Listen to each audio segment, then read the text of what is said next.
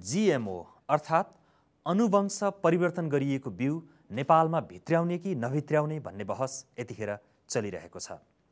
यस्तोमा विज्ञहरू भन्छन् बिउ मात्रै गुणस्तरीय प्रयोग हुने हो भने नेपालको कृषि उत्पादन करिब 25%ले बढ्नेछ। त्यसो भए नेपाली किसानहरूले कस्तो बिउ प्रयोग गर्नुपर्छ त? आजको साझा सवालको बहस।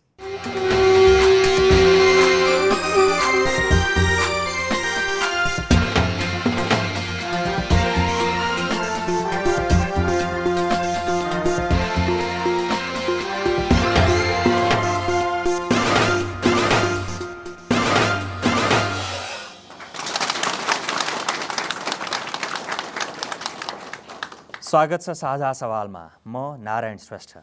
बढ्दो जनसङ्ख्याको बढ्दो खानेकुराको मागलाई धान्न नेपालले एकातिर कृषि उत्पादन बढाउनु पर्नेछ भने अर्कोतिर कृषि पेसालाई पुस्तौँसम्म कायम राख्न दिगो कृषिमा जोड दिनुपर्ने आवश्यकता पनि छँदैछ।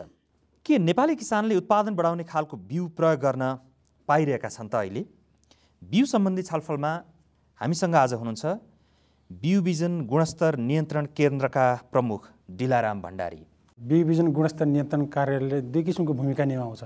पहिलो त के भने समग्र देशमा उत्पादित बिउको गुणस्तर नियन्त्रणमा यसको भूमिका रहन्छ भने दोस्रो भूमिकामा चाहिँ समग्र देशमा जति पनि खेतीपातीका बालीका जातहरू चाहिँ यहाँहरूले उत्पादन गर्नुहुन्छ त्यसको चाहिँ अनुमोदन उन्मोचन दर्ता गर्ने काम गर्दछ यसले। त्यसै गरी आजको छलफलमा हुनुहुन्छ बिउ वैज्ञानिक डाक्टर हरिकुमार श्रेष्ठ। म वास्तवमा यो बिउ बिजनमा संलग्न भएको सरकारी प्लस अब गैर सरकारी संस्थाहरूमा इन्भल्भ स्वदेश विदेश गरेर अहिले 26 वर्ष बितेको छ र पछिल्लो चरणमा मेरो अध्ययन चाहिँ पिएचडी मेरो यो चाहिँ जीएमओ अहिलेको जुन बढी चहल पहलमा आइरहेको छ त्यो विषयको चाहिँ गुणस्तर नियन्त्रणसँग सम्बन्धित विषयमा छ र खास गरी मैले ताइवानमा बस्दाखेरि दुईटा पद्धतिहरू चाहिँ विकास गरेको छु। जीएमओ चाहिँ कसरी परीक्षण गर्ने भनेर दुईटा तरिकाहरू चाहिँ विकास गरेको छु। त्यो तरिका अहिले ताइवानमा चाहिँ सरकारी तरिका चाहिँ मा लगेको छ। त्यही तरिकाबाट सरकारी गुणस्तर नियन्त्रण गरिन्छ। एउटा चाहिँ छुट्याउने हो कि होइन भनेर छुट्याउने, अर्को छुट्याइसकेपछि पनि त्यसमा कति छ त भनेर छुट्याउने, त्यो दुईटा तरिका चाहिँ विकास गरेको छ। हस् डाक्टर श्रेष्ठ। अनि आजकै छलफलमा हामीसँग हुनुहुन्छ कृषि अभियानकर्ता डाक्टर कृष्ण प्रसाद पौडेल। म चाहिँ विगत 5-6 वर्षदेखि नेपालको कृषि नीतिको विश्लेषण गर्ने, त्यसको अध्ययन अनुसन्धान गर्ने र नेपालका लागि दिगो कृषिको भविष्य के होला भनेर त्यसमा चिन्तन मनन गर्ने त्यस अभियानमा यहाँहरूसँगै छु। र आजको यो छलफलमा हामीसँग किसान, कृषि प्राविधिक, बिउ व्यापारी, बिउ उत्पादक किसान र अरू गरी 100 जनाभन्दा धेरै सहभागी यहाँ उपस्थित हुनुहुन्छ। यहाँहरूलाई पुनः स्वागत गर्छु र छलफलको सुरुवात चाहिँ म सहभागी तपाईँहरूको प्रश्नबाट गरौँ।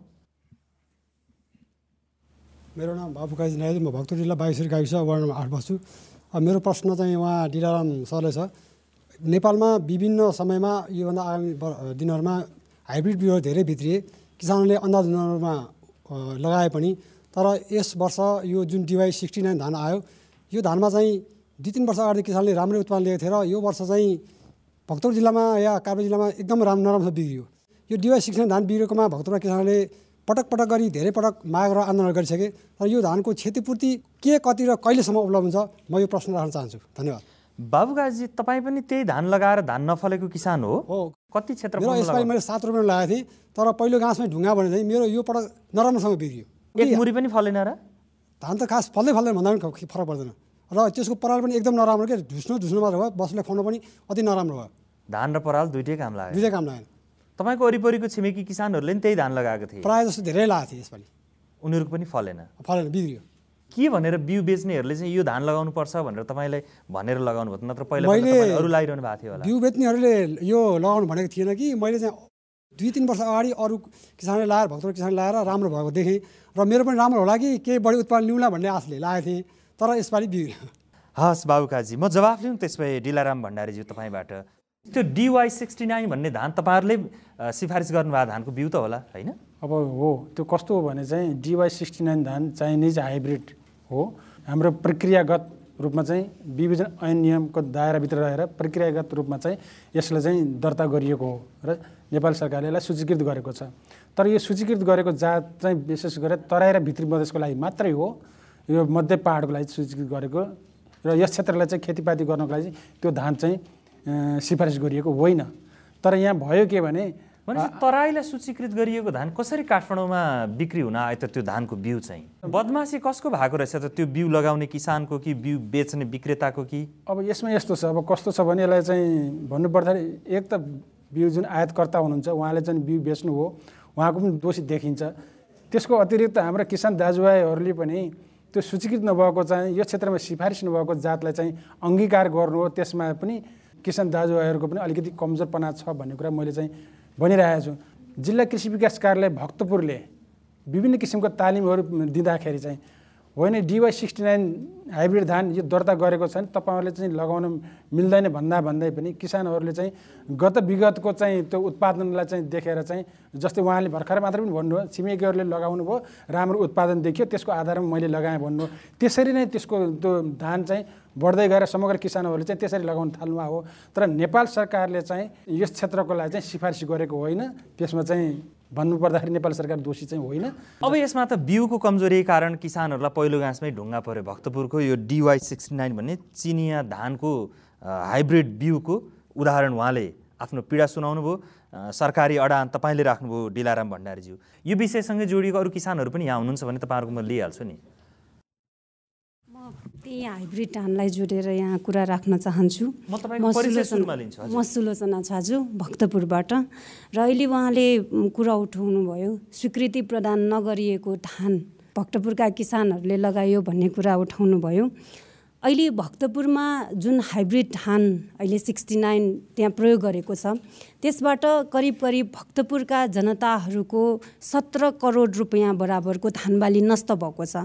र अस्ति भर्खरै छानबिन समिति आयोग गठन गरेर त्यो अध्ययन भएअनुसार करिब 2 करोड 17 लाख मात्रै त्यहाँ राहत दिने हिसाबले तिमीहरू भोकै बस्नु पर्दैन ल तिमीहरूलाई 2 करोड दिए भनेर त्यसरी राहत वितरण गरिएको छ। भनेपछि भक्तपुरका जनताहरूले 17 करोड बराबरको क्षतिपूर्तिको उचित क्षतिपूर्तिको माग गरेको थियो र त्यो अनुसारले भएन।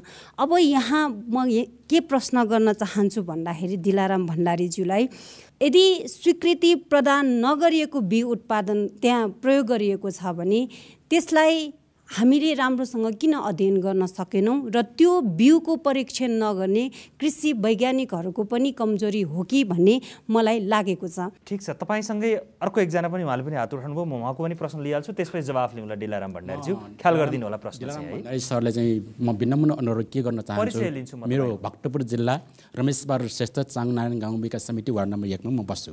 3-4 वर्ष भइसक्यो हाइब्रिड जात धानको बिउ लगाएको। उत्पादन पहिला भएको पनि थियो। अहिले DY69 छ, DY28 छ, DY18 छ र अरू 2 जात चाहिँ राम्रो उत्पादन पनि भएको छ। रोपनीको 10-12 मुरी फलेको पनि छ। त्यो DY69 पनि फलेको पनि हो। त्यो फलेको हुँदाखेरि चाहिँ तपाईँहरूलाई कुनै कारवाही गर्नु परेन केही पनि भने त्यो हाम्रो चाहिँ यहाँ सिफारिस भएको जस्तो भने सबैलाई बस्नु भयो। तर यसपालि बिग्रिएको सवालमा आइसकेपछि हामीले सिफारिस गरेको छैन भनेर पञ्चन खोज्नु भयो। बारम्बार राष्ट्रिय बिउ बिजन कम्पनी पनि हामीले चाहिँ भनेका थियौँ, त्यसपछि नार्कमा पनि भनेका थियौँ, हामी बारम्बार डेलिगेसन पनि गएको हौँ। तर यो विषयमा सरकार स्तरबाट कुनै पनि चाहिँ सुनवाई भएन। राज्य स्तर त्यत्रो नार्क छ, त्यत्रो वैज्ञानिकहरू छ, नेपालमा चाहिँ उत्पादन गर्न नचाहने। तर सम्पूर्ण कुरा किसानहरू केही नपर्ने अनपढ किसानहरू केही दोषी हो भनेर पञ्चन खोज्न मिल्छ। अब तीको किसानहरू के खाने त अब बाँच्नु पर्दैन। म जवाफ लिउँ है त त्यसमा डिलाराम भण्डारीज्यूबाट जवाफ लिइहाल्छु म। ल धन्यवाद दुवैजनालाई। पहिला चाहिँ सुलोचनाजीले चाहिँ जुन आँकडा पेश गर्नुभएको थियो त्यो आँकडा चाहिँ अलिकति बाजिएको छ। जुन छानबिन समितिले बनेको आँकडा भन्दा त्यो अलिक फरक यहाँले प्रस्तुत गर्नुभएको छ। उहाँले 17 करोडको जुन 17 करोडले चाहिँ कति बनाउनु भएको करोड होइन, त्यो 5 करोडको हाराहारीमा चाहिँ त्यसको चाहिँ क्षति भएको छ र त्यसको चाहिँ अब तपाईँहरू अब त्यो छानबिन समितिको प्रतिवेदनमा छ त्यो कुराहरू। अब यहाँहरूको भनाइमा 90% भनाइ छ, तर समग्र चाहिँ धानको चाहिँ DY69 भक्तपुरमा चाहिँ 73% क्षति भएको छ। त्यसको चाहिँ करिब 2854 मेट्रिक टन मलाई सम्झना भएअनुसार चाहिँ 2800 मेट्रिक टन त्यहाँबाट चाहिँ क्षति भएको छ, लस भएको छ, नोक्सान भएको छ। र त्यसको समग्र चाहिँ मूल्याङ्कन गर्दाखेरि चाहिँ हामीले चाहिँ बजारको मूल्यको आधारमा गर्दाखेरि चाहिँ 5 करोड समथिङ आएको छ। र जहाँसम्म लाग्छ उहाँले चाहिँ राहतको लागि चाहिँ 2 करोड 17 लाख भन्नुभएको थियो। 2 करोड 17 लाख होइन, 2 करोड 7 लाख हो। कृषि मन्त्रालयले चाहिँ त्यो पनि चाहिँ भक्तपुर र काभ्रे दुवै जिल्लाको लागि चाहिँ अर्थ मन्त्रालयले पेश गरेको अवस्था हो। 5 करोडको भन्नुभयो त्यो त बाहिर ल्याइएको छैन। अब सबै प्रतिवेदनहरू सबै कुराहरू चाहिँ एकैचोटि बाहिर आउनुभन्दा पनि अब त्यसको निर्णय पूर्ण रूपमा सरकारले गरिसकेपछि मात्रै आउने कुरा हो। तपाईँहरूले चाहिँ त्यो प्रतिवेदन प्रस्तुत भइसके पछाडि त्यो त जुन जनताले अपेक्षा गरेको हो त्यो प्रतिवेदनमा के आएको छ भनेको त्यो त बाहिर ल्याउनु पर्ने हो नि। उहाँहरूलाई त सूचनाको हक हुनुपर्छ। अनि यसको लागि त यहाँले चाहिँ कृषि मन्त्रालयमा चाहिँ सम्पर्क राख्नु हो भने सूचनाको हकको आधारमा चाहिँ यहाँले चाहिँ त्यो प्रतिवेदन उपलब्ध गराउन सक्नुहुन्छ। हाम्रो रमेशजीको उहाँले चाहिँ भनेअनुसार चाहिँ DY69, DY28, DY18 यी तीनैवटा धानका जातहरू यो क्षेत्रमा सिफारिस गरिएको होइन। यद्यपि किसान दाजुभाइहरूले चाहिँ अझै पनि त्यो धान लगाउँदै आइरहनु भएको छ भने जसरी DY69 जसरी कोल्याप्स भयो भोलि त्यो पनि हुने सम्भावना हुन्छ। त्यसले गर्दाखेरि नेपाल सरकारले सिफारिस नगरेको हुनाले ती 28 र 18 धानका जात पनि नलगाउन चाहिँ म विनम्र अनुरोध गर्छु। पहिलो कुरा अब अहिले तपाईँले अनुरोध त गर्नुभयो तर समस्या के रहेछ भने नफलेपछि मात्रै तपाईँहरूले यो भन्नुभएको रहेछ। पहिला फल्दाखेरि त फेरि तपाईँहरूले हेर्दै नहेरिकन यो यहाँका लागि होइन है भनेर भन्नुभएको। यस विषयमा म थप प्रश्न पार्न चाहन्छु के भने हामीले जति पनि जातहरू सिफारिस गरेका हुन्छन् त्यो सिफारिस गरेको जात सिफारिस क्षेत्रमा मात्रै लगाउनु पर्छ भनेर हामीले विभिन्न चाहिँ मिडियाहरूबाट विभिन्न राष्ट्रिय पत्र पत्रिकाबाट जहिले पनि हामीले चाहिँ प्रकाशन गरेका हुन्छौँ। त्यसको अतिरिक्त पनि अब हाम्रो चाहिँ वेबसाइटहरूमा चाहिँ सम्पूर्ण कुराहरू चाहिँ त्यो उल्लेख गरिएको हुन्छ। यद्यपि किसान दाजुभाइहरूले थाहा पाउन सक्नु भएन होला तर त्यस क्षेत्रमा बस्ने अगुवा कृषकहरूले चाहिँ त्यहाँका नागरिक समाजहरूले चाहिँ समग्र चाहिँ त्यस क्षेत्रमा चाहिँ कृषि क्षेत्र चाहिँ प्रति रुचि राख्ने वर्गहरूले चाहिँ त्यो वेबसाइटमा राखिएको हुन्छ। त्यसअनुसार पनि यहाँहरूले चाहिँ त्यो ज्ञान पाउन सक्नुहुन्छ। हामीले चाहिँ बाहिरबाट विदेशबाट ल्याउँदाखेरि जातहरू यसरी चाहिँ हामीले चाहिँ नोक्सान बिहोर गर्नुपर्छ भने यही देशभित्र किन विकास गर्न खोजिएन अथवा चाहिँ उहाँ पनि उहाँले चाहिँ राख्नुभयो त्यो कुराहरू भनेर भन्नुभयो। त्यसको हकमा चाहिँ तपाईँहरूले यहाँबाट राखेको यो कुरा अत्यन्त संवेदनशील अत्यन्त राम्रो कुराको रूपमा हामीले चाहिँ ग्रहण गरिरहेका छौँ ताकि चाहिँ यो देशले चाहिँ यही देशभित्र वर्णसङ्कर जातहरूको विकास गर्नुपर्छ भनेर चाहिँ अहिले भर्खर मात्रै पनि विभिजनको दीर्घकालीन राष्ट्रिय सोच 2013-25 चाहिँ नेपाल सरकारले चाहिँ यही 2070 वैशाख 3 गते स्वीकृत गरेको छ। त्यसले के निर्देशित गरेको छ भने अब यो देशमा चाहिँ हाइब्रिड जातहरू यहीँ विकास गर्नुपर्छ भनेर भनेको छ। अब यो देशभित्र चाहिँ हाइब्रिड जातहरूको विशेष गरेर धान मकै र तरकारीमा चाहिँ यही नेपालभित्र विकास गर्नुपर्छ। त्यसको लागि चाहिँ चाहिने जनशक्ति त्यसको लागि चाहिने पूर्वाधारहरूको विकास गर्नुपर्छ भनेर चाहिँ अहिले निर्देशित गरेको छ। त्यो अनुसार अब हामी कार्यान्वयनको दिशामा हस् भण्डारीज्यू यहाँले त्यो त भन्नुभयो तर गर्न सक्नुहुन्छ सक्नुहुन्न। अब चाहिँ म अर्को सहभागीको लिन्छु है त प्रश्न। म रामचन्द्र सापकोटा घर काभ्रे रह्याले। मेरो प्रश्न चाहिँ हरिकुमार श्रेष्ठज्यूलाई र सँगै अरू सरहरूलाई पनि हो। यहाँनिर भर्खर सरले भन्नुभयो सूचनाका कुराहरू। मलाई लाग्छ विज्ञानका कुरा र प्रविधिका कुरा सबै किसानसँग पहुँच हुँदैन। म एउटा बामे सर्दै गरेको किसान। हरेक बिउ विक्रेताहरूले चाहिँ कसैले चाहिँ वर्णशङ्कर जातलाई चाहिँ राम्रो मानेर भनिरहेछन्, कसैले चाहिँ स्थानीयलाई राम्रो भनेर भनिरहेछन्, कसैले चाहिँ जिएमओको कुरा गरिरहेछन्। म एउटा बामे सर्दै गरेको किसान। मलाई चाहिँ विज्ञानको प्रविधिका कुराहरू नेटहरूको बारेमा केही जानकारी छैन भने मैले कुन बिउ छान्ने। हस् रामचन्द्रजी धेरै धन्यवाद। डाक्टर हरिकुमार श्रेष्ठ भर्खर बामे सर्दै गरेको किसान भनेर उहाँले भन्नुभयो। अब त्यस्तो किसानहरूले कुन बिउ लाउने कतिखेर लाउने त्यो बिउ त्यही ठाउँमा सिफारिस गरिएको हो कि तराईमा हो कि हिमालमा सिफारिस गरिएको कसरी थाहा पाउने होला भन्ने उहाँको प्रश्न थियो। खास गरेर अब हामी जुन बिउको लागि भर्खर बामे सर्नुभएको छ खेतीको नयाँ बिउ लगाउनको लागि भनेपछि यसमा पहिलो कुरो अघि नै उहाँले पनि कुरो राखिसक्नु भएको छ जुन राष्ट्रिय विपणन समितिबाट चाहिँ जुन सिफारिस गरेको छ त्यसलाई पनि ख्याल गर्नु पर्यो। अब त्यो सबै किसानहरूले त्यो ख्याल गर्न पनि सम्भव छैन। त्यो भएको हुनाले सम्बन्धित जिल्लामा चाहिँ के छ भने जिल्ला कृषि विकास कार्यालय छ अथवा सेवा केन्द्र पनि छ। त्यो भएको हुनाले यहाँहरूलाई त्यस्ता किसिमका जिज्ञासाहरू भएदेखि अप्ठ्यारा भएदेखि कुनै किसिमका अब समस्या आयो भने त्यहाँ पनि सम्पर्क गर्नुभयो भने यहाँको कतिपय कुराहरू त त्यहाँ पनि समाधान हुन्छ। तपाईँ अझै थप्न मन लाग्यो रामचन्द्रजी? सेवा केन्द्रका कुराहरू आएका छन्। अनि कृषिको लागि राज्यले अरबौँ लगानी गरेका छ। सेवा केन्द्रका कुरा तपाईँ हामी दुर्गम क्षेत्रमा नजाउँ न। म यहाँ काभ्रेको मान्छे। काभ्रेको तपाईँको डाँडाबारीबाट सेवा केन्द्र खोपासी आइपुगेर त्यो किसानले चाहिँ कहिले त्यहाँको समस्या भन्छ र अनि कहिले चाहिँ त्यसले समाधान पाउँछ? त्यस्तो हो भने त त्यो हाम्रो दायित्व हो। हामीले चाहिँ सम्बन्धित निकायमा चाहिँ पुर्याउनु पर्यो ती कुराहरू चाहिँ विभिन्न माध्यमबाट। हाम्रो समस्या छ यो समस्या छ भनेर माध्यम प्रयोग गर्नु पर्यो। एउटा पाटो त्यो भयो र अर्को पाटो जुन चाहिँ हामीले अघि कुरो गर्नुभयो यो चाहिँ हाइब्रिड प्रयोग गर्ने कि अब जिएमओ प्रयोग गर्ने कि के कुरो गर्ने भन्ने कुरोमा अब अहिलेको चाहिँ यो चाहिँ वर्ष अहिलेको यो अवस्था चाहिँ के हो भने अब हामीले हाइब्रिडमा चाहिँ जानै पर्ने हुन्छ। किनभने हामी अथाह रूपमा चाहिँ बाहिरबाट चाहिँ अब करिब हामीले चाहिँ आयात गरेको करिब 78% बिउ बिजन चाहिँ इलिगल रूपमा चाहिँ हामीले भित्राइरहेको छौँ नेपालमा। भनेपछि त्यसमा चाहिँ धेरै जसो हाइब्रिडहरू पर्छ। हाइब्रिड भेराइटीलाई चाहिँ अब चाहिँ सहज रूपले चाहिँ अगाडि बढाउने रिसर्चलाई भनेर त्यो पाटो चाहिँ अनिवार्य हुनैपर्छ। अहिलेको समयको स्थिति हाम्रो चाहिँ हाइब्रिड चाहिँ जम्मै बाहिरबाटै आउँछ, जम्मै एउटा सृजना भेराइटी। तपाईँको मत चाहिँ सृजना भने गोलभेडाको छ। किनभने जबसम्म हामी हाइब्रिडमा चाहिँ सक्षम हुँदैनौँ तबसम्म हामी जहिले पनि बाहिर परनिर्भर गर्नुपर्ने स्थिति हुन्छ। र अर्को कुरो जिएमओको कुरो छ। जिएमओ भनेको त त्यो त धेरै 20 वर्ष पछाडिको कुरो सोचौँ अब। किनभने जिएमओ यति चाहिँ स्थिति यस्तो छ कि जस्तै यसको चाहिँ फाइदा र बेफाइदाको पक्ष पनि अलिकति केलाउनु पर्ने हुन्छ। किनभने अहिले जति पनि यहाँ कुराहरू त्यो चाहिँ म केही बेर पछि लिउँला। जिएमओको फाइदा र बेफाइदा कुरा अहिले चाहिँ तपाईँले हाइब्रिडमा जानुपर्छ र हाइब्रिड नेपालले उत्पादन गर्नुपर्छ भन्ने धारणा राख्नुभयो। एकैछिन म डाक्टर कृष्णप्रसाद पौडेलको विचार जानु अनि त्यसपछि आउँला।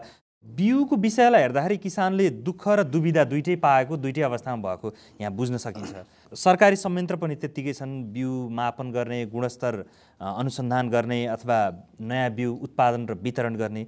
तर किन किसानहरू, खेती गर्ने किसानहरूमा चाहिँ यस्तो दुःख अथवा दुविधा भइरहेको होला?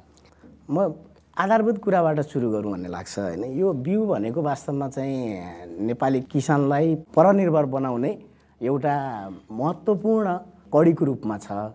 बिउमाथिको व्यापार हामी अहिले एक हिसाबले बाध्य छौँ। बाध्य किन छौँ भने हामीलाई किसानलाई होइन उन्नत बिउ, वर्णशङ्कर बिउ लगाउनुपर्छ, धेरै उत्पादन हुन्छ, फल्छ भनेर सिकाइयो। त्यसैले हामीले अहिले पनि त्यही सिकेर त्यसैको सिको गरेर यो आयातित बिउहरूमा बाट हामी उत्पादन धेरै हुन्छ कि भन्ने आश गरेर यो काम गरिराखेका छौँ। तर मुख्य कुरा चाहिँ हामीले के बिर्सिराख्यौँ भन्ने लाग्छ भने यो बिउ किसानहरूलाई अब खेतीपातीमा नटिकाउने र सिङ्गो कृषिलाई व्यापारिक गर्ने व्यापारिक सोचबाट विकसित भएको कुरा। सबै किसानले बुझ्नुपर्ने के हो भने हामी जुन दिन बिउमा अरूमा भर पर्छौँ त्यो दिनदेखि हामी अब किसान रहेनौँ भनेर यहाँहरूले विचार गरे हुन्छ। त्यसो भने हामी आधारको उत्पादन त बढाउनु पर्यो, त्यसका लागि उन्नत जातको बिउ चाहिएला। अनि उन्नत जातको बिउ बनाउने भनेको हाम्रा किसानहरूले सदियौँदेखि संसारको कृषिको उन्नति भएको अहिले 10,000 वर्ष भयो। 10,000 वर्षदेखि त किसानहरूले बिउलाई उन्नत बनाउँदै ल्याएका हुन्। त्यो कुरालाई हामीले अहिले बिर्सिराखेका छौँ। किसानहरूको आफ्नै पद्धति छ, बिउ छनौट गर्ने हाम्रो आफ्नै पद्धति छ। तपाईँको गाउँघरमा हेर्नुभयो भने राम्रो कोदाको बालो होइन, मकैको घोगा होइन, गहुँको बालो हामीले पहिल्यै निकालेर घरमा छानामा सुकाएर त्यसपछि बल्ल खेतमा हामी बारीभित्र राखेको बिउ लगाएर अहिले जुन हिसाबले जनसङ्ख्या बढेको छ र खानेमुख धेरै भएको छ त्यसलाई पुग्ने गरी खानेकुरा उत्पादन हुन्छ त? कसले भने पुग्दैन भनेर?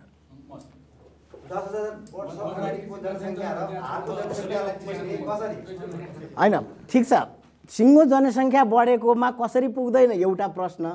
कृषिको सिङ्गो उत्पादकत्व कस्तो बिउले बढी हुन्छ भन्ने अर्को प्रश्न हो भन्ने लाग्छ। त्यसले गर्दा मैले के भन्छु भनेदेखि यहाँले भनेको कुरा एउटा कुरा मान्छु म। के मान्छु भने उन्नत बिउ भयो भने धेरै फल्न मद्दत गर्छ, तर उन्नत बिउ मात्रै कृषि उत्पादनको आधार होइन।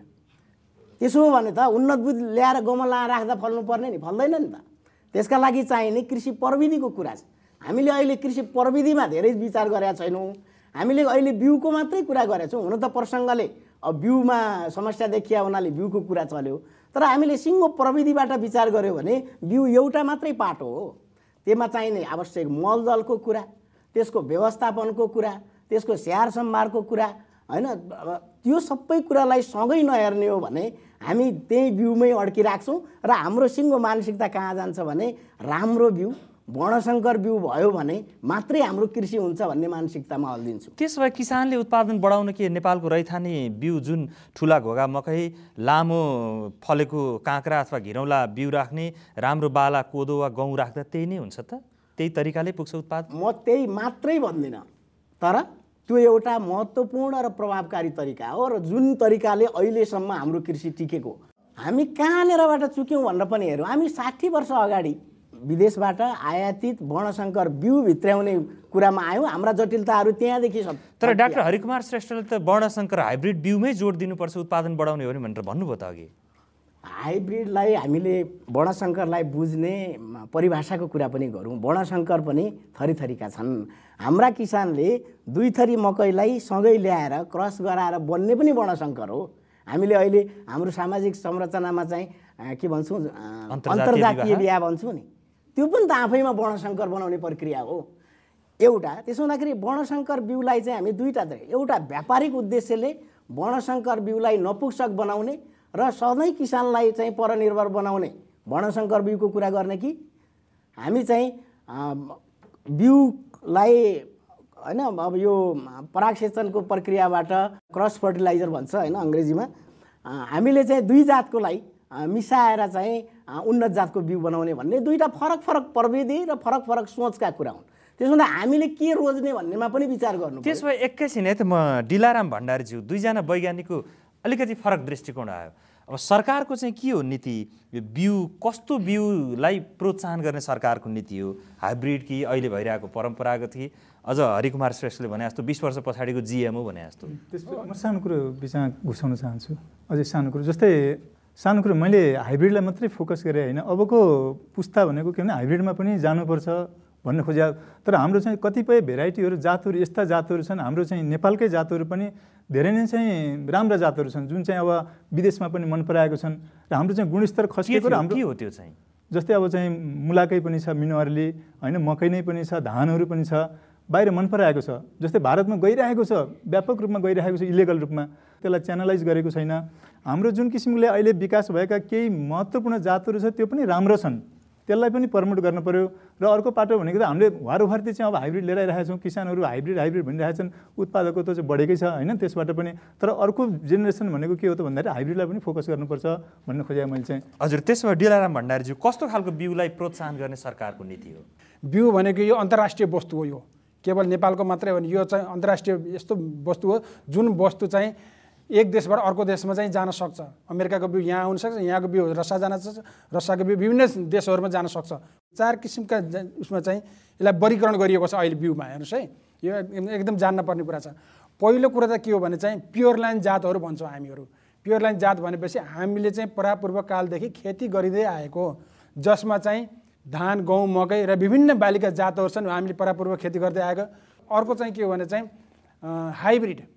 मैले भने हाइब्रिड अब उत्पादनको वृद्धि गर्नको लागि चाहिँ जुन वर्णशङ्कर जात निकाल्ने छ त्यो पनि अहिले विश्वव्यापी रूपमा चाहिँ वर्णशङ्करको चाहिँ प्रविधि एकदम विकास भएर गएको छ, जुन चाहिँ प्रविधि चाहिँ हामीले पनि आत्मसात गर्नुपर्छ। उहाँहरू चाहिँ अलिकति चाहिँ विवादास्पद देखिए पनि अबको जनसङ्ख्या बढ्दो जनसङ्ख्यालाई खुवाउनको लागि चाहिँ हामीले चाहिँ प्रयोग गर्नैपर्छ। सरकारको नीति पनि त्यो हो, नीति पनि छ। त्यसमा एउटा मलाई त सजिलो उदाहरण यहाँहरूलाई दिन्छु।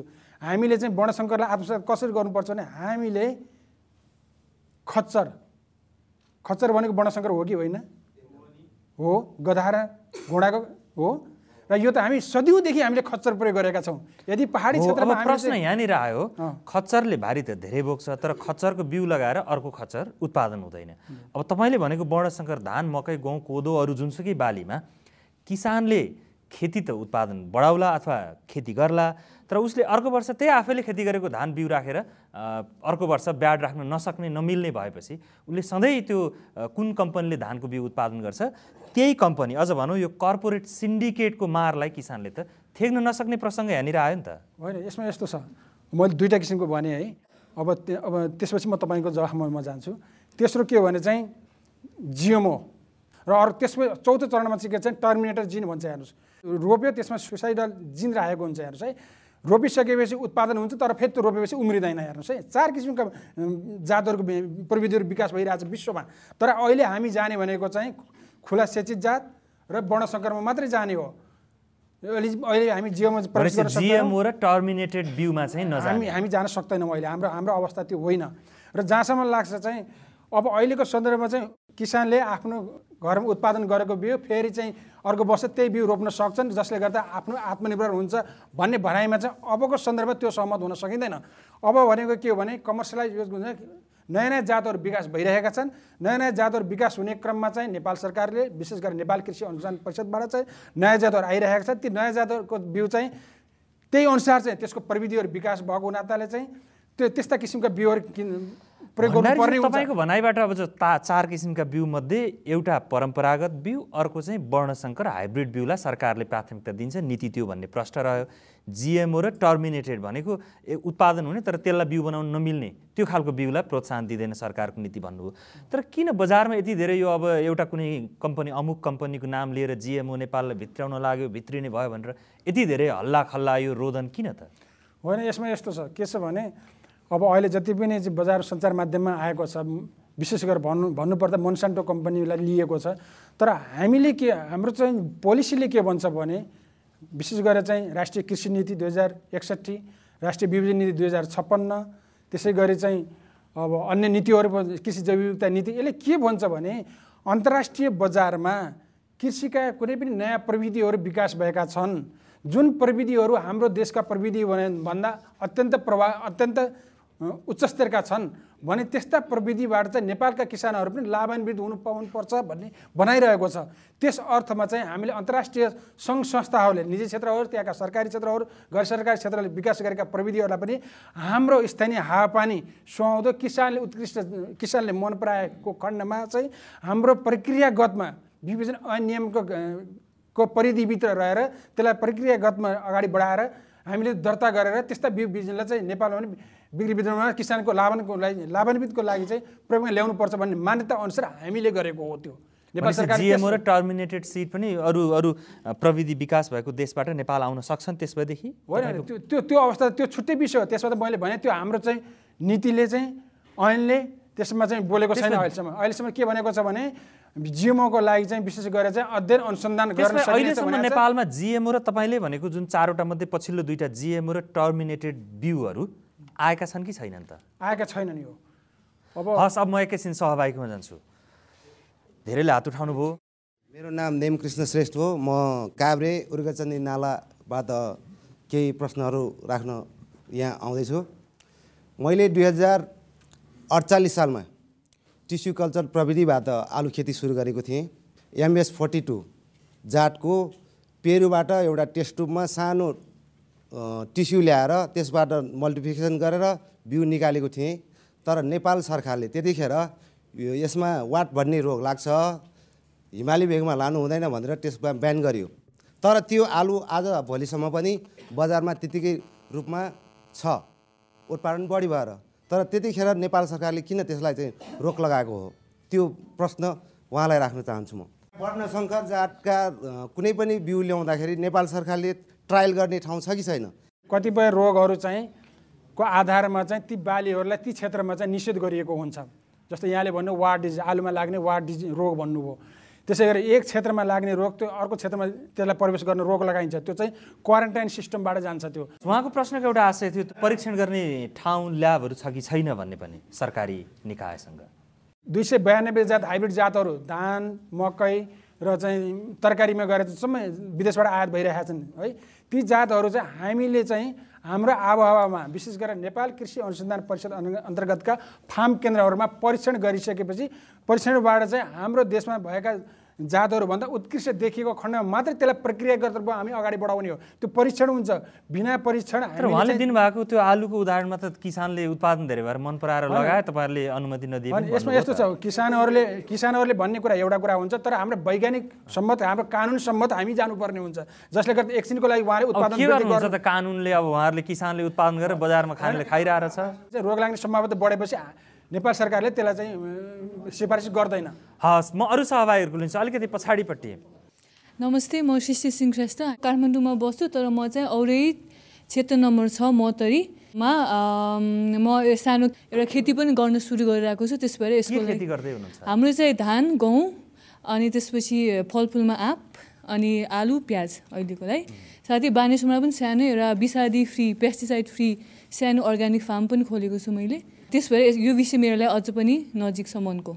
एउटा चाहिँ के भन्दा तपाईँले भन्नुभयो कि जिएमओ नेपालमा भित्रिएको छैन भन्नुभयो। त्यो 2009मा जब 2011मा चाहिँ साझा सवालमै दालज्यूले, हरिदालज्यूले के भन्नुभएको थियो भने मोन्सान्टो स्पेसली नेपालमा भित्रिँदैन अब भन्नुभएको थियो। र 2009मा चाहिँ बिटी कर्न भनेर चाहिँ नेपालमा भइसकेको थियो एउटा एक्सपेरिमेन्ट। त्यो चाहिँ गभर्मेन्टले थाहा छ कि छैन। त्यसपछि फिड द फ्युचर भन्ने USAIDको एउटा प्रोजेक्ट छ। त्यसमा के भनिन्छ भन्दाखेरि 2015सम्म 5वटा जिएमओ चाहिँ नेपालमा भित्राइन्छ भनेको छ। त्यसमध्ये एउटा जिएमओ चाहिँ फिलिपिन्समा चाहिँ 10 वर्षको लागि अहिले एक्सपेरिमेन्ट ट्राई गरिरहेको छ। तर 2011देखि चाहिँ 10 वर्षपछि मात्र फिलिपिन्समा भित्राउने कि नभित्राउने भनेर निष्कर्ष निस्किने। नेपालमा चाहिँ 2015मा चाहिँ किन भित्राउन ल्याएको त्यो जिएमओ। अर्को चाहिँ कारगिल 900 ml भन्ने हाइब्रिड मेज भन्ने चाहिँ बिहार कारगिल 900 ml भन्ने चाहिँ ब्यान गरियो। त्यो चाहिँ युजै गर्न प्रयोगै गर्न नमिल्ने भनेर। तर त्यही कारगिल 900 ml चाहिँ सुपर 900 m भनेर नेपालमा बेचिरहेको छ। त्यो चाहिँ कसरी बेची हुनसक्छ? हस्, धन्यवाद।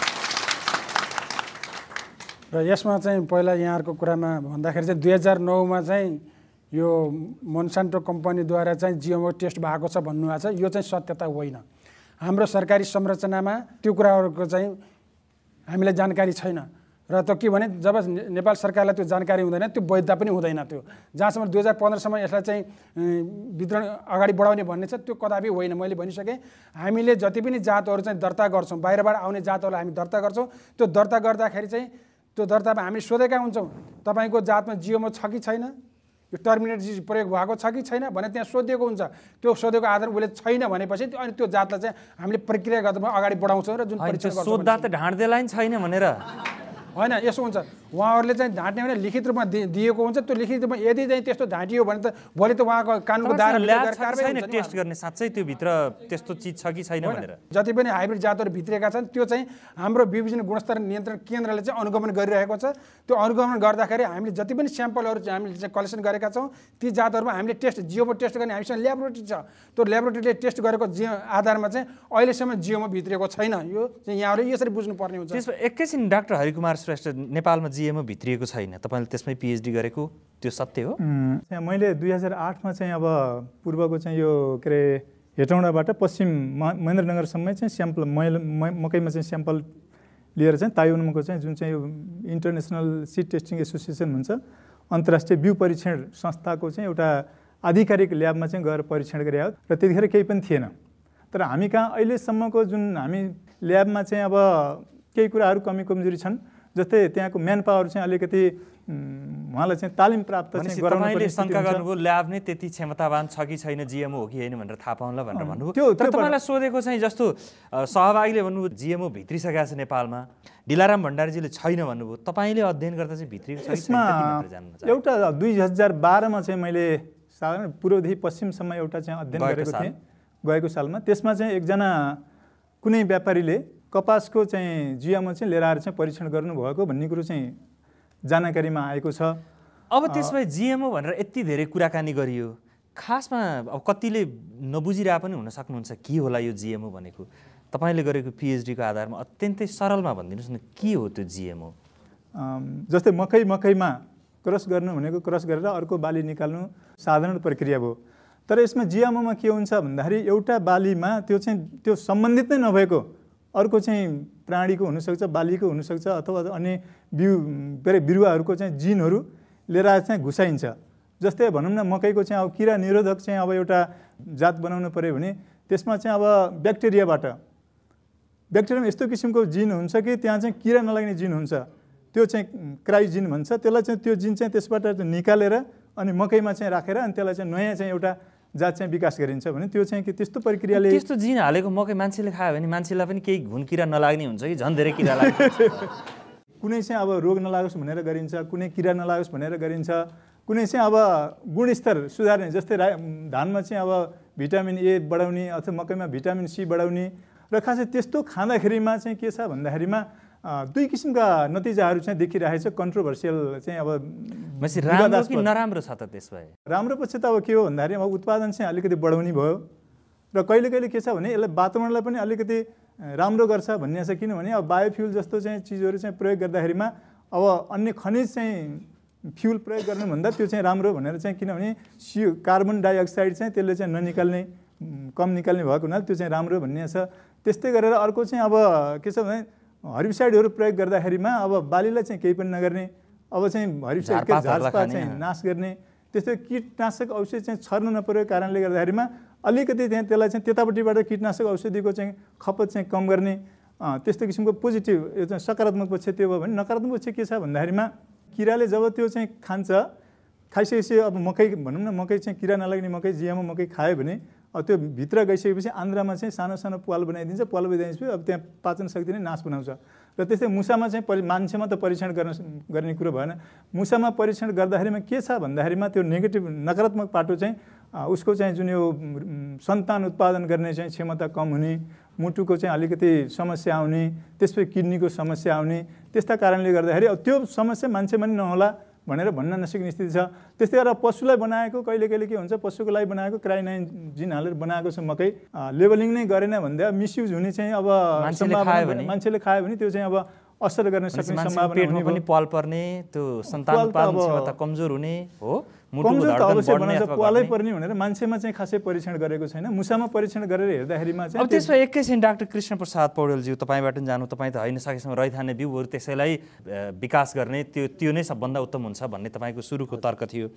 अब यहाँ 20 वर्षपछि भए पनि सायद प्रविधिको विकास र जनसङ्ख्या बढ्दै जाँदा खाने मुखलाई चाहिने खानेकुरा पुर्याउनलाई प्रविधिले विकास गरेका बिउहरू हाइब्रिड जिएमओसम्म पनि जानुपर्छ कि भन्ने तर्क अरूबाट सुनियो। खास के हो? अब जिएमओ वास्तवमा वैज्ञानिकहरूले होइन एउटा प्राणीको जिन अर्कोमा सार्ने एउटा प्रविधि विकास गरे। उनीहरूले त्यो विकास गरे सके लगत्तै उनीहरूलाई एउटा प्रश्न आयो। प्रश्न के आयो भने त्यसको प्रभाव के होला त भोलि? उनीहरूले त्यो प्रभावको आकलन गर्न सकेनन् र त्यसमा धेरै अनिश्चितता देखियो कि त्यसको परिणाम के होला भन्ने भएपछि उनीहरूले त्यसलाई स्थगित गरे। तर खेतीपातीलाई व्यापारबाट हेर्ने र खास गरी बिउमा नियन्त्रण गर्न सकियो भने सारा कृषिलाई नियन्त्रण गर्न सकिन्छ। यो स्वाभाविक पनि छ, किनभने बिउ नै कृषिको सबैभन्दा महत्त्वपूर्ण आधार हो। अहिले पनि म के भन्छु भने जुन खालको जिएमओ आनुवांशिक परिवर्तन गर्ने बिउ बनाएको छ त्यसको परिणामको आकलन त हामी वैज्ञानिक हिसाबले पुष्टि गर्न अहिले पनि सक्दैनौँ। तर सामान्य सोच्यौँ भने बिउभित्रै विष राखेको छ। अब विचार गरौँ, त्यो विष हामीले खाएपछि के हुन्छ? मरिन्छ, अर्थात् रोग लाग्छ, अपाङ्ग भइन्छ। एउटा त्यसो भने डाक्टर साहब सबभन्दा संसारको सबभन्दा विकसित र प्रजातान्त्रिक भनिएको देशका नागरिकहरूले त त्यही जिएमओ गरेको खाना खाइरहेको रहेछन् त, पशुलाई खुवाएका छन्, त्यो पशु आफूले खाएका रहेछन् त, खै त त्यहाँ त्यसरी मरेको त उदाहरण सुन्न पाइएको छैन। होइन, हामीले त्यसलाई अलिकति कस्तो भने अहिले हामीलाई जोड्न गाह्रो भएको छ, किनभने विज्ञान हाम्रो पहुँचभन्दा अलि पर छ। कतिपय अर्थमा कुतर्कहरूमा हाम्रा धेरै साथीहरू सहमत हुन्छ। जस्तो अहिले भर्खर हरिजीले भन्नुभयो यसका सकारात्मक होइन परिणामहरू पनि छन् भनेर। तर म के भन्छु भने त्यसलाई कुतर्क भन्छु, किनभने हामी दुईटा कुराबाट विचार गरौँ कि हामी विष खाने प्राणी हो कि होइन, पहिलो कुरा। दोस्रो कुरा, म अनिश्चितताको कुरा गरौँ। यो खास गरी जिएमओ प्रविधिमा अहिलेसम्म लगाएको के हो भने ब्याक्टेरिया र भाइरसलाई भेक्टर बनाएर जिनलाई अर्कोमा लैजाने हो। म अस्तिको मात्रै कान्तिपुरकै न्युज भनौँ, प्लानिङ कमिसनको सहसचिव स्वाइन फ्लूका कारणले उहाँको मृत्यु भयो। त्यो कति संवेदनशील छ विचार गरौँ त। यदि यो भाइरस जसलाई भेक्टर बनाएर चाहिँ जिन सारिया छ त्यो भाइरसको गुण परिवर्तित भयो भने के हुन्छ? हामीले खाने यदि जिएमओ खाने हो भने एउटा, अर्कोले ठिक छ हामी नखाने जनावरलाई खुवाउने हो भने पनि त स्वाइन फ्लू जस्तो त आउँदो रहेछ नि त। भनेपछि सरकारको नीति नै ठिक हो त, यो टर्मिनेटेड र जिएमओ भित्राउनु भन्ने सरकारको जुन नीति छ त्यो ठिक छ? नीति एकदमै ठिक छ। नेपाल सरकारका कुन चाहिँ नीति खराब छ? केमा समस्या हो त त्यसमा? समस्या के हो भने उहाँहरूले अहिले भर्खर डिलारामजीले भनेकै कुरामा समस्या हो। सरकारले थाहा नपाएको सत्य हुँदैन भन्नु। उहाँहरूले के भनिदिनुहुन्छ भने हाम्रो नीतिमा छैन त्यसैले जिएमओ आएको छैन। हामी सामान्य विचार गरौँ न, हाम्रो भारतको खुला बोर्डर, हाम्रा भनौँ न अब उडेरै आउने चिजमा सुन र डलर कति सजिलै तस्करी भएको छ, त्यो चाहिँ अब बिउराउने कति गाह्रो छ। एउटा कुरा। ल अर्को नीतिमै भन्नुहुन्छ भने पनि उहाँलाई मेरो अर्को प्रश्न छ। ठिक छ, तपाईँको बिउ नीतिले त दिएन, तर 2013 सालमा बनेको खाद्य ऐनले के भन्छ त? तपाईँ खाद्य भनेर त अन्नपात ल्याउन सक्नुहुन्छ नि त। भनेपछि त हाम्रामा जिएमओ आएको छैन भन्ने आधार छैन। ठिक छ, यहाँले भने जस्तो यहाँको अफिसमा आएर चिठी ल्याएर तोक लाएर आएको छैन, त्यसमा हामी मान्छौँ। तर हाम्रो भारतको खुला सिमाना जहाँ भारतमा जिएमओको प्रयोग भइराखेको छ त्यहाँबाट आएको छैन भन्ने आधार के छ? अब म एकैछिन फेरि सहभागीमा जान्छु। म एकछिन सहभागीको प्रश्नहरू लिन्छु। नमस्कार, म बिमला खनाल गङ्गाबु 8बाट। हाम्रो नेपालमा विदेशीहरूले विभिन्न वस्तुहरूको युज गरेको छ, जसरी हात्तीपाइलेको औषधि पहिला सुरु नेपालमै युज गर्यो होइन। त्यस कारण अहिले आएर हाइब्रिड अनि जिएमओ भन्ने कुरा पनि नेपालमै युज गरेर उनीहरूले बल्ल आफ्नो देशमा सञ्चालन गरेको छैन। त्यस कारणले हाम्रो देशमा यस्तो बिउहरू र यस्तो विषालु चिजहरू युज नहोस्, यसको लागि सचेत हौँ। नेपाललाई प्रयोगशाला बनाइरहेछ कि? हस्, धन्यवाद। म यहाँ दोस्रो लहरको तपाईँको लिन्छु है त। नमस्ते, मेरो नाम अर्पण, म स्वतन्त्र पत्रकार हो। मेरो प्रश्न सबै तीनजनालाई नै छ। खाद्यान्न सुरक्षाको नाममा यो दाना बनाएर हो कि बायोफ्युल बनाएर हो? यो बिउ मात्र भएन, टेक्नोलोजी प्रविधि चाहिँ हाम्रो के छ हैन?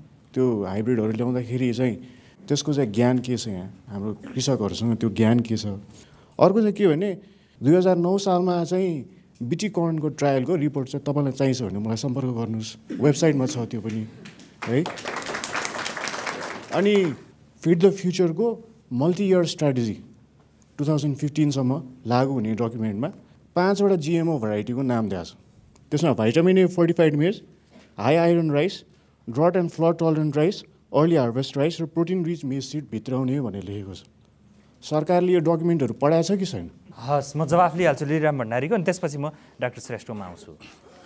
यसमा एउटा कुरा जान्नुपर्ने कुरा के छ भने फिड द फ्युचर प्रोग्राममा चाहिँ जुन चाहिँ 5वटा चाहिँ GMO भेराइटी चाहिँ नेपालमा भित्राउने भन्ने छ। बढी उत्पादन दिने खालि सबै GMO मात्रै होइनन्, त्यो त हाम्रो चाहिँ खुला सेची जात पनि हुनसक्छ र त्यसपछि चाहिँ हाइब्रिड पनि हुनसक्छ। हामी चाहिँ त्यो सबै चिजलाई जोडेर GMOसँग जोड्न मिल्दैन। एउटा कुरा अगाडि बढ्ने फिड द फ्युचर भन्ने भविष्यमा खाने मुख धेरै भयो हुनाले खाना पुर्याउनलाई सरकारले सुरु गरेको एउटा कुनै परियोजना, त्यसमा GMO भित्राउने, उत्पादन बढाउन GMO भित्राउने नीति चाहिँ छैन भन्नु भएको। बिल्कुल, मैले फेरि पनि भन्छु कि हाम्रो चाहिँ विभिन्न नीतिहरू छन्, राष्ट्रिय कृषि नीति, राष्ट्रिय बिउजन नीति र कृषि जैव विधि। यो नीतिले चाहिँ GMO भित्राउने भन्ने चाहिँ कुनै पनि चाहिँ सम्भावना छैन। डाक्टर हरिकुमार श्रेष्ठ, पहिलो कुरो हाम्रो चाहिँ क्षमता कस्तो छ त अब भने हाम्रो क्षमता अहिले त्यो भित्राउन सक्ने अवस्थै छैन। हामी अझै 20औं वर्ष पनि त्यो लेभलमा पुग्न सक्दैनौँ भन्न खोजेँ मैले चाहिँ। अहिलेको अवस्था नेपालले त्यसको चाहिँ वातावरणीय प्रभाव मूल्याङ्कन गर्नै सक्दैन। इलिगल रूपमा त अब 78% जति चाहिँ बिउ बिजन आइरहेछ, त्यसबाट GMO आछ कि आछेन त्यो पनि हामी एकिन चाहिँ टेस्ट नगरिकन चाहिँ भन्न सक्ने स्थिति पनि छैन। तपाईँले भन्नुभयो 78-80% जति बिउ नेपाल परनिर्भर रहेछ, बाहिरबाट ल्याउनु पर्दो रहेछ। कस्तो बिउ आछ त दोस्रो कुरो रह्यो। नेपाल आफैमा बिउमा चाहिँ आत्मनिर्भर हुन पर्यो भने के चाहिँ गर्ने होला? यसमा पहिलो कुरो के छ भन्दाखेरि अब जुन हाम्रो चाहिँ अध्ययन अनुसन्धान गर्ने केन्द्र छ त्यहाँ चाहिँ खास गरेर हामीले चाहिँ अलिकति त्यसलाई चाहिँ सुधार गर्नुपर्ने स्थिति हुन्छ। किनभने सबै ठाउँमा चाहिँ के हामीले चाहिँ जति पनि बिउ बिजनहरू चाहिँ अब राष्ट्रिय बिउजन समितिबाट जातहरू निकालिएको छ, तर त्यसलाई चाहिँ जातीय चाहिँ अब त्यसलाई मेन्टेन गर्ने काममा चाहिँ अलिक कमजोरी भएको छ, खास गरेर चाहिँ तरकारी बालीकोमा। त्यही भएर गुणस्तर खस्किएको छ। हाम्रो गुणस्तर खस्किने एउटा कारण छ र अर्को कारण पैसा चाहिँ महँगो छ।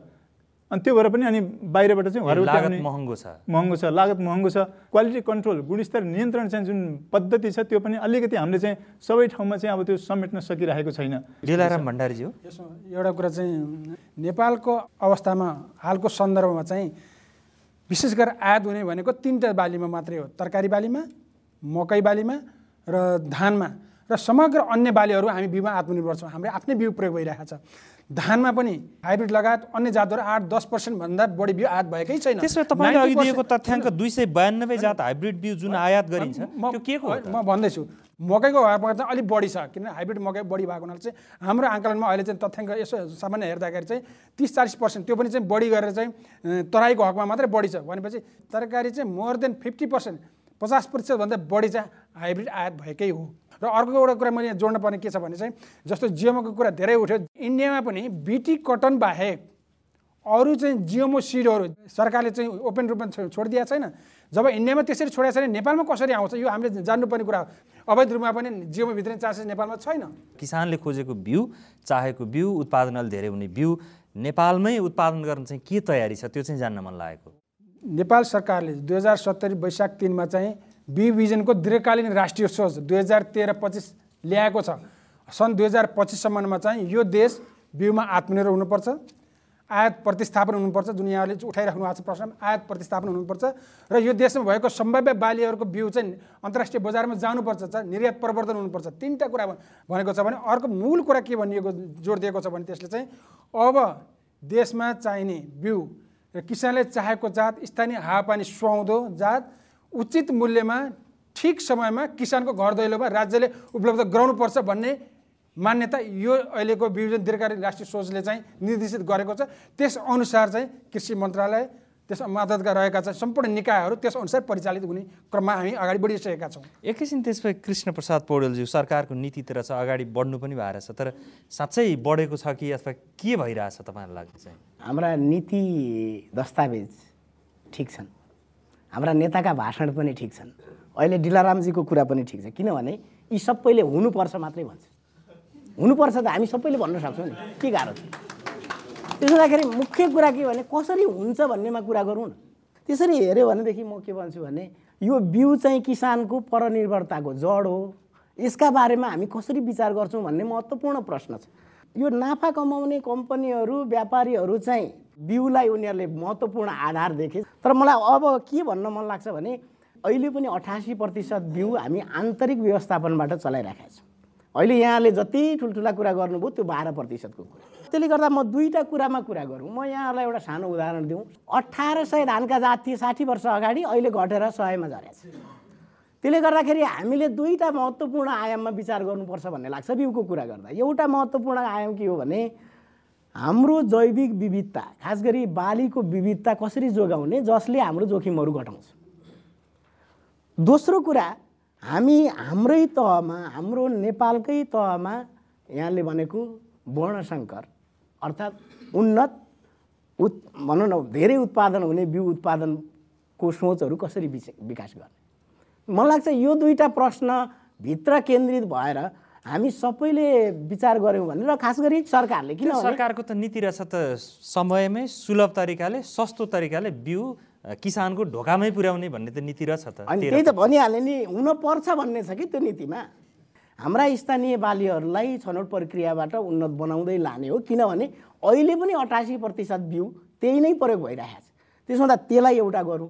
र दोस्रो चाहिँ हाम्रो आफ्नो स्थानीय तहमा गर्न सकिने उन्नत बिउ बनाउने प्रविधिलाई चाहिँ विकास गरौँ। तर महत्त्वपूर्ण कुरा के भने बिउको आफ्नै गुण हुन्छ, विशेषता हुन्छ। र यहाँहरूले मलाई लाग्छ यहाँहरूमध्ये 90%ले विचार गर्नुभयो होला, तपाईँको पाखोमा, तपाईँको गाउँमा सिमखेतमा लगाएको धान मिठो हुन्छ, अलि पाखा लगाएको त्यही धान त्यति स्वादिलो हुँदैन। अनि तपाईँ के गर्नुहुन्छ भने पाखा लगाएको धान बेच्नुहुन्छ र सिमखेतको धानको भात खानुहुन्छ। यो त हाम्रो परम्परा हो। यसले के जनाउँछ भने हाम्रो जैविक विविधता, हाम्रो पर्यावरण, हाम्रो वातावरण, त्यसका आधारमा बिउको गुणले काम गर्ने। त्यसो हुँदा हामी बिउका बारेमा स्थानीय तहमै विचार नगर्ने हो भने हामीले बिउको गुणस्तर पनि कायम गर्न सक्दैनौँ, यसको चाहिँ रोग निरोधक क्षमता पनि विचार गर्न सक्दैनौँ। त्यसो हुँदा स्थानीय बिउलाई प्रवर्धन गर्ने कुरा एकदमै महत्त्वपूर्ण छ। र अर्को महत्त्वपूर्ण के भने यो परनिर्भरताको जड। अहिले नेपालको बासमती धानको चाहिँ जिन जापानमा छ, जिन ब्याङ्क। हामीले हाम्रा जैविक गुणहरूलाई संरक्षण गर्ने, तिनलाई बढावा गर्नेतिर त कुनै ठोस कदम गरेका छैनौँ। हस्, म यहाँनिर टुङ्ग्याउँछु आजको छलफल। आज हामीले नेपालका किसानहरूले कस्तो बिउ प्रयोग गरिराखेका छन् र कस्तो बिउ प्रयोग गर्नुपर्छ उत्पादन बढाउन, त्यो विषयमा छलफल गऱ्यौँ। कार्यक्रम हेरिसकेपछि र सुनिसकेपछि तपाईँ पनि आफ्नो प्रतिक्रिया पठाउन सक्नुहुन्छ। हाम्रो ठेगाना हो साझा सवाल BBC नेपाली सेवा, post box number 672 Kathmandu Nepal, र हाम्रो इमेल ठेगाना हो nepali.letters@bbc.co.uk। तपाईँ हाम्रो कार्यक्रम साझा सवालका आगामी अङ्कहरूमा सहभागी हुन चाहनुहुन्छ भने मोबाइलबाट 6677 नम्बरमा SMS मार्फत आफ्नो नाम र ठेगाना पठाउन सक्नुहुन्छ। प्राप्त SMS का आधारमा कार्यक्रममा सहभागिताका लागि हामी तपाईलाई सम्पर्क गर्नेछौँ। SMS पठाउने नम्बर 6677। आजको छलफलमा सहभागी भइदिनु भएकोमा कृषि अभियानकर्ता डाक्टर कृष्णप्रसाद पौडेल, बिउ वैज्ञानिक डाक्टर हरिकुमार श्रेष्ठ र बिउ बिजन गुणस्तर नियन्त्रण केन्द्रका प्रमुख डिलाराम भण्डारी लगायत यो कार्यक्रममा सहभागी किसान, कृषिसँग कुनै न कुनै हिसाबले जोडिनुभएका 100जनाभन्दा धेरै सहभागी, दर्शक र श्रोता सबैलाई धेरै धन्यवाद। कार्यक्रमबाट आजका लागि हामी सबैलाई बिदा दिनुहोस्। नमस्कार।